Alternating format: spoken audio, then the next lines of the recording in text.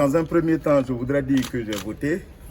La preuve est établie par la marque que porte mon doigt pour attester que j'ai effectivement voté. Donc tout se passe bien. Il est bon que nous fassions quelques précisions concernant les candidats. Les candidats doivent avoir, s'ils le souhaitent bien entendu, deux catégories de représentants dans les bureaux de vote. Il y a les représentants itinérants, c'est-à-dire ceux qui vont de bureau de vote en bureau de vote, des lieux de vote en lieu de vote dans la circonscription qu'on appelle les délégués. Et il y a les représentants qui sont statiques, qui sont dans le bureau de vote. Et à ce niveau, ils sont au nombre de deux, un titulaire et un suppléant. Le titulaire, il est dans le bureau de vote. Le suppléant, il est dehors. Il attend que son intérim soit ouvert. Donc, jusqu'à preuve du contraire, il n'y a pas deux représentants dans un bureau de vote concernant un candidat. C'est très important. Et ensuite, il y a eu ce problème de listing. Listing de la liste électorale.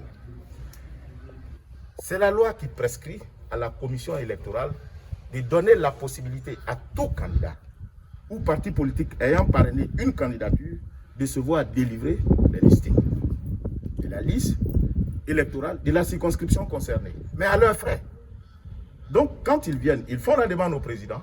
Le président ordonne à l'imprimerie nationale de leur tirer copie ou l'exemplaire de la liste électorale concernant la circonscription concernée. C'est tout. Donc, le fait de détenir un listing relatif à la liste électorale ne pose pas de problème, ce n'est pas une irrégularité, c'est de droit. Tout citoyen, candidat ou parti politique a le droit d'avoir la liste électorale de la circonscription qui le concerne. Deuxièmement, ou troisièmement, on dira, il se trouve que dans certaines circonscriptions, certains candidats aient découvert qu'il y a deux listes d'émargement. Mais les deux listes d'émargement sont justifiées par les faits suivants.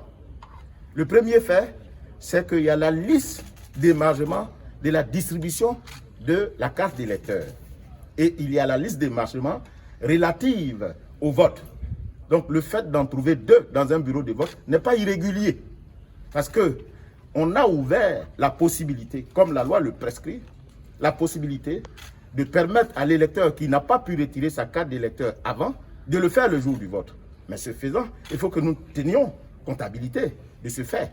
Donc nous ouvrons une liste concernant la distribution des cartes, ce qui justifie la présence de cette liste d'émargement dans le bureau de vote. Et en plus de cette liste, il y a la liste d'émargement pour le vote. Voilà en fait les faits que nous avons voulu porter à la connaissance des uns et des autres pour les rassurer que la commission électorale travaille en toute transparence.